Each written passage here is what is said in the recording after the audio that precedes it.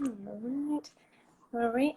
Thank you so much for joining us on our virtual event with the museum Houston Boniuk Center, Kelly Olivo, and AmeriCorps VISTA serving at the Alliance. And joining us today from the Boniuk Center is Michelle, Tovar, and Laurie, Garcia.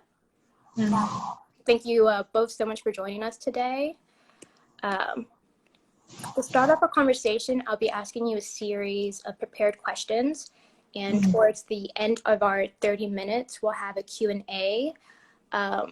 So for our audience, please feel free to drop any questions in the Q&A box below, and we'll get to them towards the end of our 30 minutes. To begin, Laurie and Michelle, could you please tell us a bit about the Boniuk Center and the social justice work that is being done here in Houston? Sure. Okay.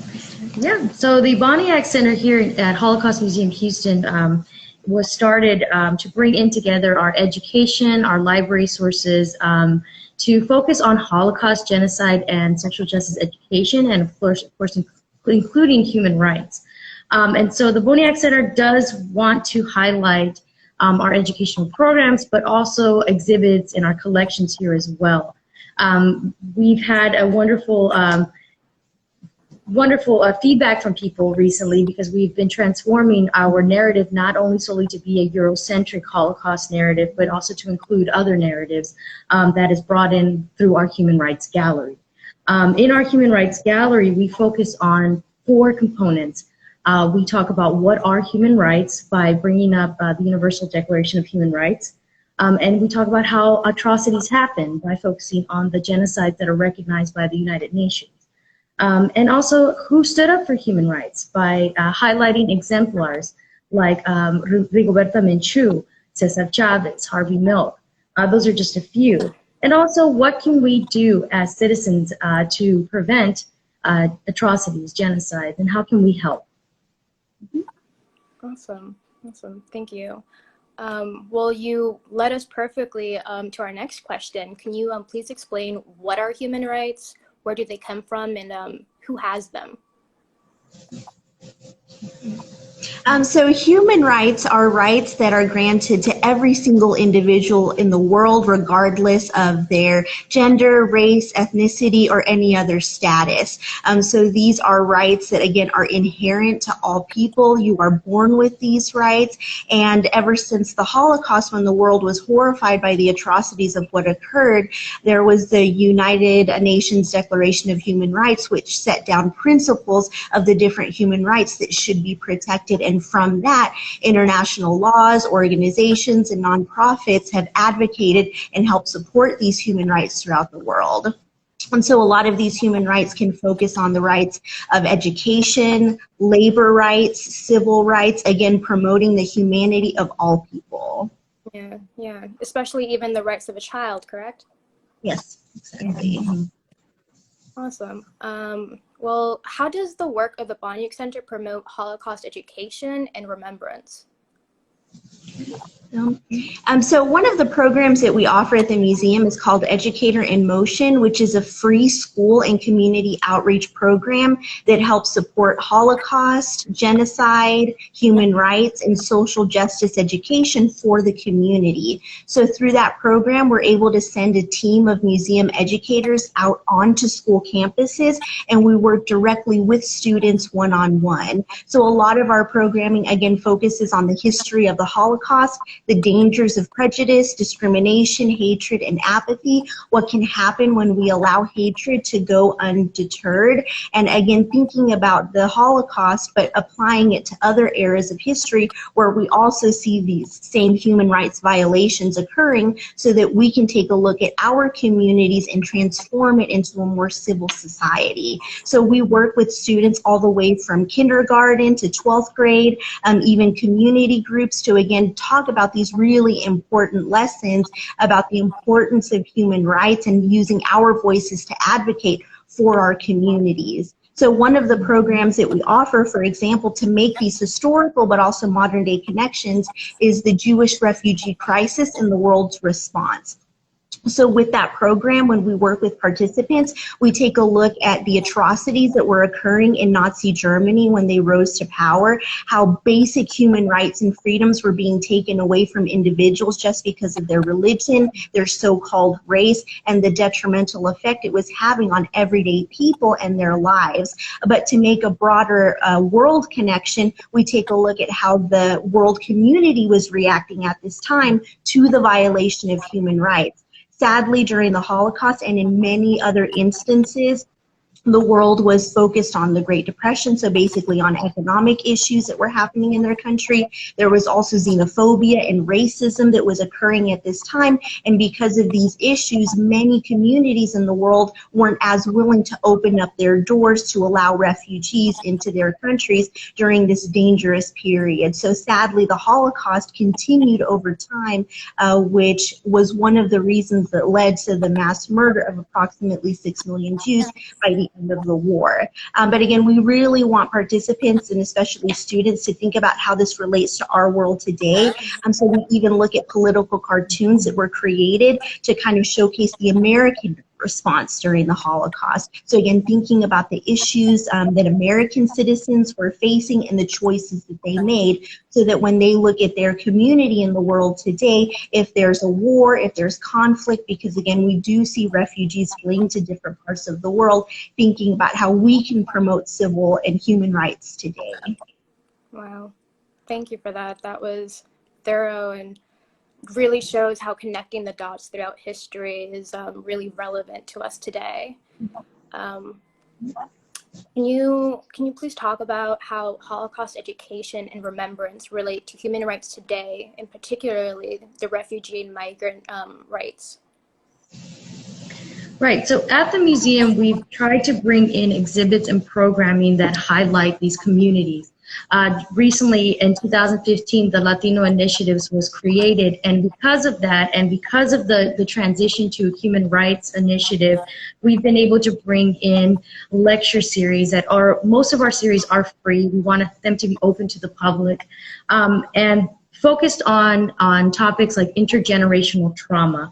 We brought in Jessica Rangel, who is a local activist who spoke about her experience as a young woman brought to the United States as a dreamer, and her experience as an activist here to help other immigrants in the community. And we felt that that was important because we wanted her story to be highlighted, but along with others who have their stories to share. And so that's been a great way for the museum to be a platform for the community. We brought in a curandera, which is not common, right, in a Holocaust space, because it's also about healing and through this intergenerational trauma. And that was a beautiful experience because many of our community was not aware of this history or knew what a curandera was, a healer, and we were able to connect and ask questions and have discussions. Also, this space is a platform for bringing in films about our Central American communities. For example, we brought in a beautiful film called Cuatro Puntos Cardenales, which is from El Salvador. And they talked about the beauty of El Salvador, taking away that perspective of being known as, you know, bringing rapists and these negative perspectives from Central America, to highlight the beauty of El Salvador, of the people, the culture, the ecology. And so we wanted to highlight those things. We talked about Guatemala and the migration of people coming from Guatemala through Mexico to the United States, and not solely the country, but also the policies that are involved with that. I think that the museum has provided a great platform, and we know we have much more work to do, and we hope that we can continue those narratives. Yeah, that sounds great. I mean, coming from a Hispanic background myself, I definitely empathize with that. And there's so much knowledge to be gained and to resonate with, especially to go back to. So it's wonderful work. Our next question, how can the history of the Holocaust and other genocides contribute to informed decision-making and civic engagement today? No, yeah, so that's a really powerful question. I think that's embedded in all of the different programs that we do. So again, sadly, the Holocaust wasn't the only time in history where we see prejudice, discrimination, and hatred. You can see these interwoven all throughout history and even in our own American history, which again is an issue that's very relevant to today. So again, we really want students and participants and community members to really engage and think about these issues, and again, using this knowledge to transform their society. So again, I'm seeing the dangers of what happened, but we can interrupt that process. And how can we interrupt that process, right? We can use education, right, to get informed about issues and how communities are being affected. We can use voting, and we can even use our voices to kind of speak out against these injustices. Because, you know, when we work with students, we tell them that, you know, to be a hero, you don't have to be, you know, a high-up politician, right? Everyone has the power, everyone has the capacity, the ability to be a hero, to be an upstander, to stand up for something that they believe in, and to speak out against hatred. So again, just really empowering individuals to educate themselves, and again, to just use their voices to kind of transform communities. Yeah.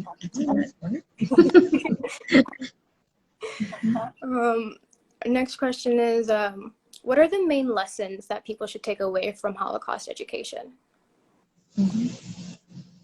You want to add that one? Yeah, sure. So again, whenever we work with students, you know, we really want them to understand that the Holocaust didn't start with gas chambers. It didn't start with concentration camps. It started with hate. It started with ideas that said some people, some groups are better or superior than others. It actually started with laws that took away basic human rights and freedoms. So kind of dismantling the humanity of an entire group of people just because of their identity or status. And again, that culminates over time, and it leads to more violence against communities that are being targeted. So I kind of guess just seeing the progression of how the Holocaust occurred, so that when we look at the world around us and issues that communities are facing, we can kind of see these warning signs, these red flags. And especially if we see them happening early on, again, we can start disrupting that process by, again, speaking out against it, speaking to our legislators, people in power that have the capacity to create policies to make sure that this doesn't escalate further. And again, just using our voice to educate others about these issues, and again, empowering ourselves to make a difference. You know, because even small actions can make a huge difference. Exactly. And understanding that the Holocaust is not the only genocide that occurred. You know, before that, we highlight here the North American indigenous genocide, and we want students to understand that there have been atrocities and genocides that have occurred after. We are a Holocaust museum, but we do highlight beyond that. And we also want students who come here who are from the Black and Brown community to feel represented. So that's our goal as educators, to make sure that our students, as Laurie explained, make those connections to bring back to their community so they can be the upstanders. I see. So really recognizing the power of dehumanization, and how that is a common theme across the board, and how every person, no matter how small, how powerful, has a voice and a way to make a way to shape the world in their way. I see. All right. Well, next question. Do you see any parallels between the Jewish refugee crisis under the Nazi regime and the obstacles and challenges of refugees and migrants today? So yeah, you can make connections. So again, the Holocaust was a time in history where a group of individuals, a community, was being targeted because of their so-called race, their religion. So they were experiencing conflict and violence in huge waves. And so again, these were communities that were trying to escape to other areas where they could find safety. But again, it wasn't an easy thing to do, to leave behind an entire community, your home, your family, and some cases to start over in a brand new country.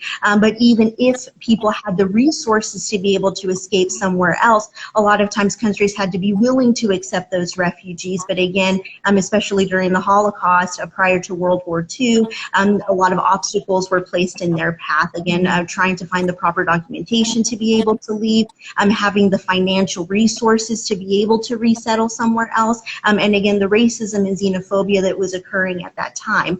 So when we look at modern day refugee crisis, again, these are individuals that are experiencing war, conflict, political persecution, or other types of violence because of their identity or status. Again, it's a very difficult decision for people to try to flee their homes. Many people end up internally displaced within their countries, but if individuals do have the ability to go somewhere else, it's very difficult for them to do that. Again, a lot of the same obstacles are being kind of like replicated. And again, when they do arrive in a community, again, trying to rebuild their lives here, but again, needing the community support in order to do that. Okay. Well, speaking of internal displaced persons, can you please explain for the audience the difference between an internally displaced person, a refugee, asylee, and an immigrant? So what we usually explain with students, a refugee is someone that is forced to leave their home because of war, violence, persecution, because it's just too dangerous to stay there. So an internally displaced person is somebody that is forced to leave their home because of that violence, but they stay within their country. So it would be like, for example, if I live in Houston and I'm internally displaced, I was moving somewhere else within the country, but I'm still away from my home and my community, as opposed to a refugee that might leave the country in order to find safety. And an asylum seeker, we basically explain that that is somebody that leaves to a different country because of political persecution, and they're applying for protection because, again, it's too dangerous for them to stay in their home country. Their lives are in danger. Okay. And they differ from immigrants in what way? And an immigrant is someone that leaves their home country because of different structural, I guess, inopportunities that they're given. So again, they leave for economic reasons, because of ecological issues, but also facing war and violence at the state, but also even within their communities. Thank you. Thank you. Could you guys, you earlier mentioned the Universal Declaration of Human Rights. Can you speak a little bit more about that, what it is exactly and the significance of it? Okay, so the Universal Declaration of Human Rights was created in the aftermath of World War II. So the United Nations, again, world leaders came together. They were horrified by the atrocities of the Holocaust and made a pledge that never again would we allow innocent people to be murdered just because of who they were or a group that they belonged to. So a committee was formed as a way to kind of formulate what human rights are and how we can start protecting those. So the committee was comprised of about 32 nations that came together, and it was actually headed by Eleanor Roosevelt, the First Lady of the United States. And so in 1948, they drafted the Universal Declaration of Human Rights, which are basically 30 human rights principles, again, ranging from civil rights, political rights, economic rights, political speech, again, all types of freedom that every single person in the world should have. And so this is basically a foundation that set the, again, the future leading of the human rights movement. And so again, a lot of these principles that are in the human rights are now starting to be protected by international laws. Oh, okay. Thank you for that. That leads me to our next question. You mentioned earlier that the actionables that we can all do to combat hatred, prejudice, and apathy, you know, education, voicing concerns, voting. Are there any other actionables that we can do to secure human rights? I would say getting involved within your community is very helpful with other organizations. Here at the museum, we highlight a few of them. One of them that I think is especially important in highlighting the environmental racism that's happening here in Houston is Texas. And so I feel if people become a little bit more informed about what organizations are doing groundwork here in Houston or anywhere in the United States or in the world, getting involved with these organizations at a micro level as fantastic, but getting involved, getting informed, and getting out there and doing work as in any way that they can, I think will be a way for us to help defend human rights. Mm-hmm. I like that. Getting informed, getting involved with your community, doing work. All right. Well, those are the end of the prepared questions I have for today. Let's see if we have any questions in our Q&A. Don't think we have any. Well, we are getting close to the end of our time. I'll give our audience a few moments to.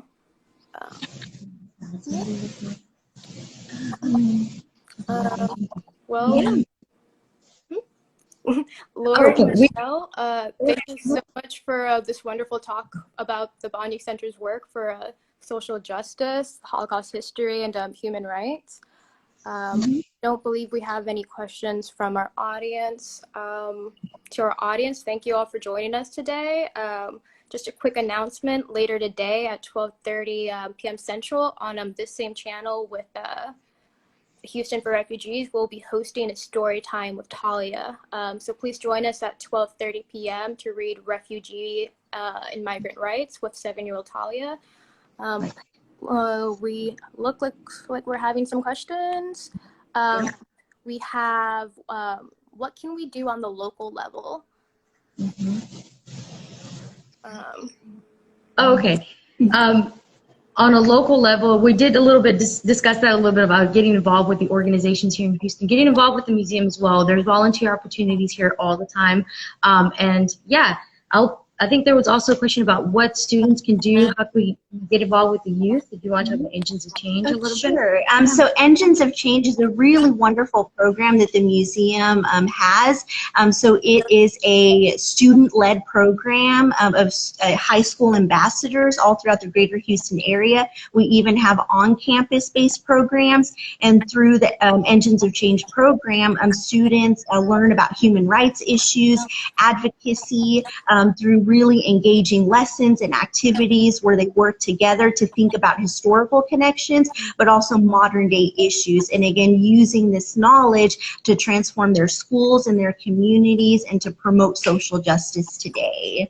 And so we do have a free teacher training that's coming up in July if you're interested in bringing this program to your campus.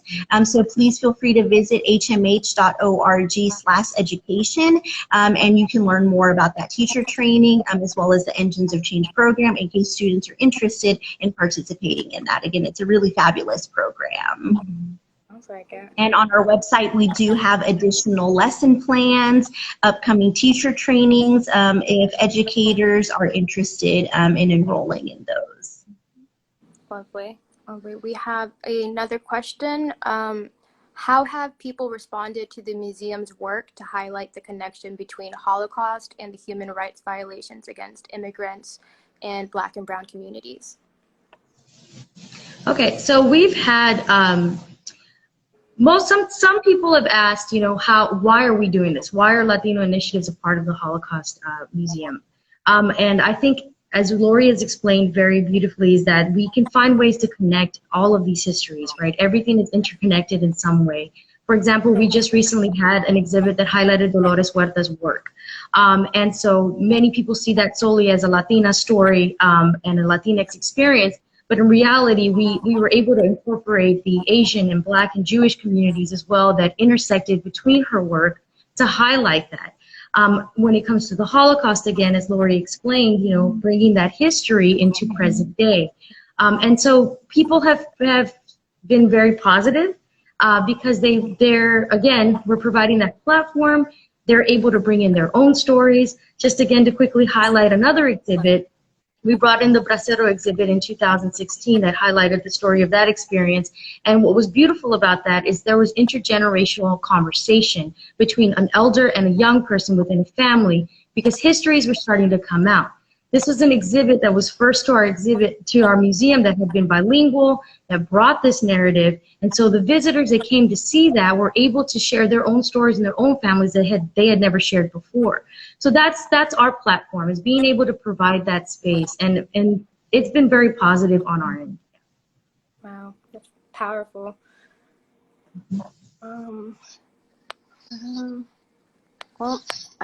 I don't think we have any more questions. Again, Laurie, Michelle, thank you so much for this conversation. It's been enlightening, powerful, and very informative. The work y'all are doing are amazing. Again, can you please provide that website for anyone else who didn't catch it? Yes, so you can visit our website at hmh.org. And follow us, Boniuk Center, at Instagram or Facebook or Twitter as well. Thank you both. We're getting close to the end of our time. Thank you for this wonderful talk. And yeah, thank you all for joining. Y'all have a great day. Thank you so much. Bye. Bye. Bye-bye.